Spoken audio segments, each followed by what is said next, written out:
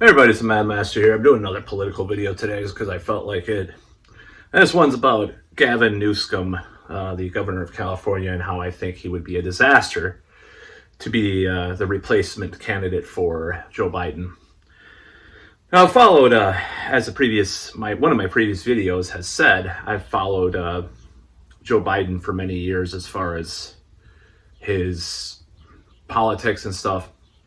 And obviously, I do not like him in many ways, and I never voted for him because I didn't vote the last election, or the last presidential election.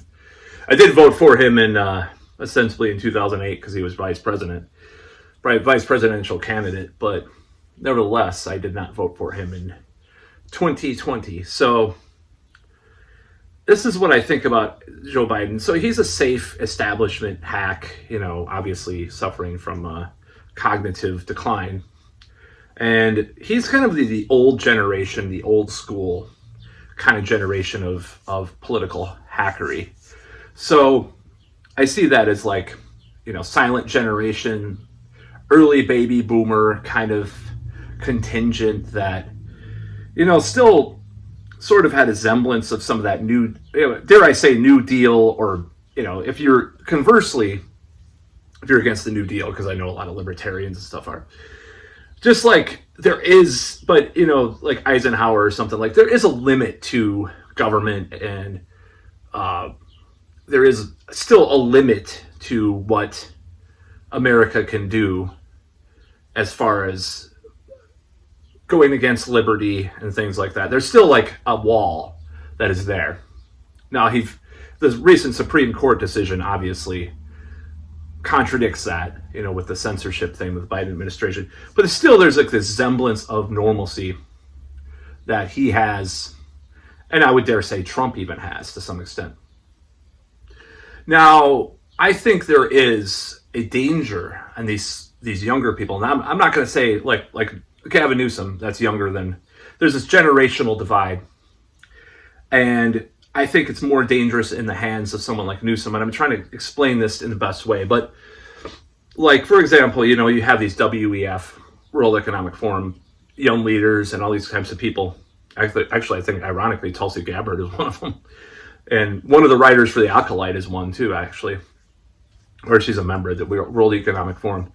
You have this, like, kind of global, technocratic worldview that's kind of permeated amongst these people that is not in someone like Joe Biden or even Trump. Like, they'll listen to these people, but they're not like in that bubble completely. They're not completely in that. They still have one foot in sort of a normalcy of an old way of doing things. Bad ways, of course, there's a lot of bad things, but it's like, let's say like you have Pol Pot versus, like, I'm not going to say Stalin, Khrushchev.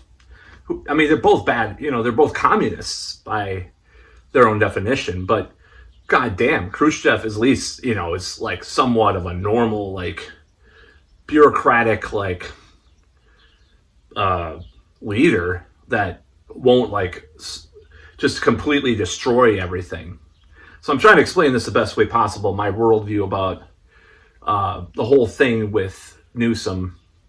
Is he's in that technocratic kind of Trudeauian or, Aldern.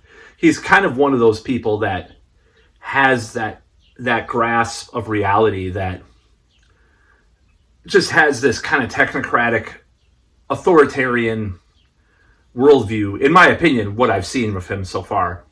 And of course, the hypocrisy, of him, the PG, and I think it's PG&E, the utility company in California, the scandal with him and that.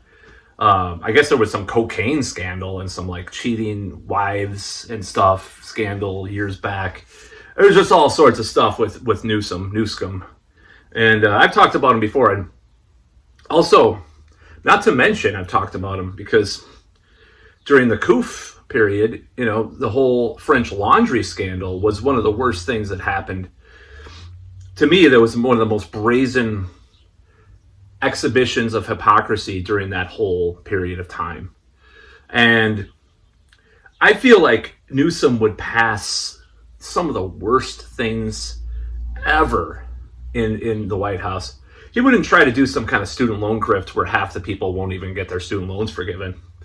He's not going to just to get young people to vote for him. I mean, he may do that, but I don't think that would be just what he does. I think he would do a lot of bad, harmful things. And, just his character, he just seems like a sleazebag, just his vibe. Like, Biden was a sleazebag, but he's just like a more old school sleazebag. It's kind of like, God, I'm trying to think of a good allegory or analogy for this, but just something about Newsom is just very bothersome and noisome in my brain. I think he's let's talk about the homeless situation in California. It's god awful. I've known people, actually. I heard this secondhand from a touring musician who's in my family. I'm going to call him out in this video. Actually relatively successful musician, honestly. I am related to some successful musicians now. Even though I'm not very successful, but nevertheless, I'm not going to be jealous in this video. So he has toured the country and has toured some of the world too now. And he has said that LA is a little bit better than San Francisco. So it's not all these homeless in camp. A little bit better, meaning, on a relative scale. I'm not saying, but San Francisco is supposed to be the worst. Actually, Portland is the worst one that he's ever visited. So with regards to the homeless population. And, this whole idea that this Newsom, I mean, okay, there's probably some stuff that I like that he's gone towards, but he's still a neoliberal at heart who kind of panders to the actual leftoids and any leftoid ideas, things that I like. There might be a couple of things, and then there's some things that are just out of your fucking gourd kind of stuff that some of the left, use that quotation mark again, is pushing now, and some of this stuff is just insane. I mean, I was watching Anna Kasparian of the Young Turks, and she was talking about this, I think it was in Spain, this drug rehabilitation thing from the 90s that they did.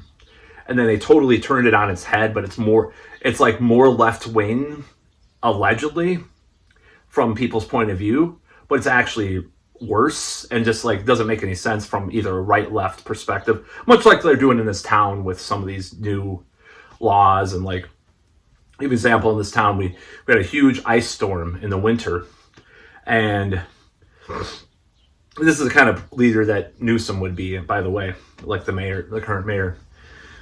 This huge ice storm interrupted businesses, everybody closed, but they refused to salt the roads because of the lakes or some kind of environmental concerns, even though all the surrounding suburbs salted their roads.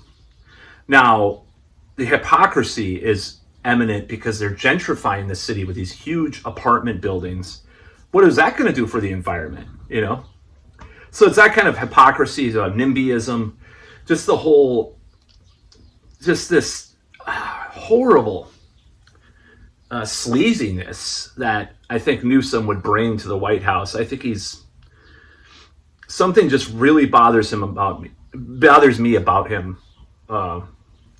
And I'm not saying that Biden is a great guy either. Obviously I bashed him a lot, but that old school silent generation, older boomer thing is less dangerous than this. I think he's Generation X, Millennial, Z, kind of essentially neoliberal fusion with, dare I say the word, globalist kind of aspirations that person like that has. I think it's more dangerous to our freedom and our society. I mean, I can't really say this in a concrete, articulated way without sounding hyperbolic in a certain way, but that's how I feel about Newsom. I call him Newscum, like Trump.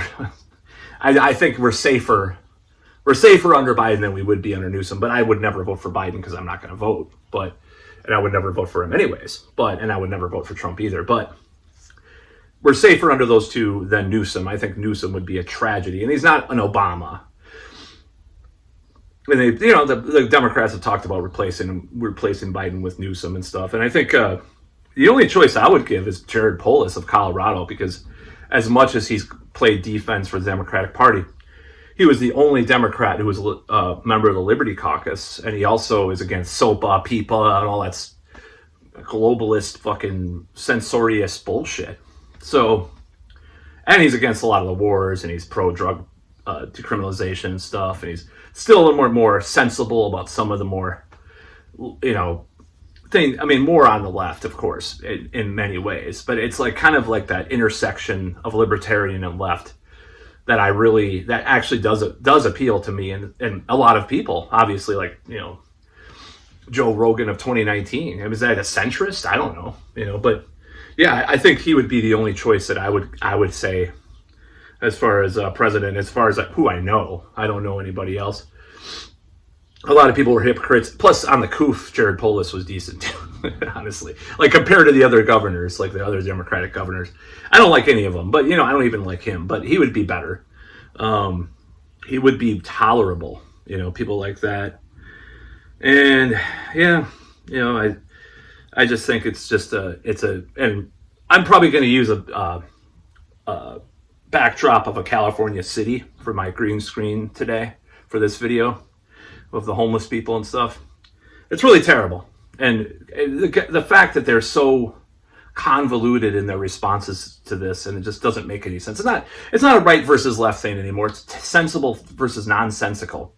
Because plenty of European countries have handled things better, like especially in like the 90s and 2000s, with homelessness or drug stuff or whatever. They've handled. There's been things that have been turned around into some weird new thing that I don't even recognize as like a commie Northern European leftoid douchebag. But anyways, that's about all.